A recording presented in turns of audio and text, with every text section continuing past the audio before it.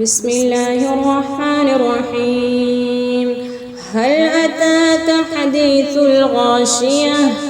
وجوه يومئذ خاشعة عاملة ناصبة تصلى نارا حامية تسقى من عين آنية ليس لهم طعام إلا من ضريع لا يسمن ولا يغني من جوع وجوه يومئذ ناعمة لسعيها راضية في جنة عالية لا تسمع فيها لاغية فيها عين جارية فيها سرر مرفوعة وأكواب موضوعة ونمارق مصفوفة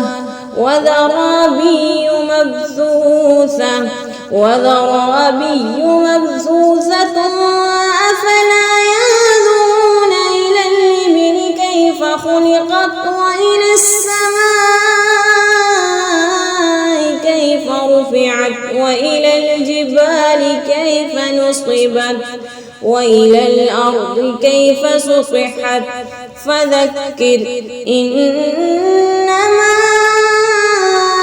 أنت مذكر لست عليهم بمسيطر إلا من تولى وكفر فيعذبه الله العذاب الأكبر إن إلينا إيابهم ثم إن علينا حسابهم.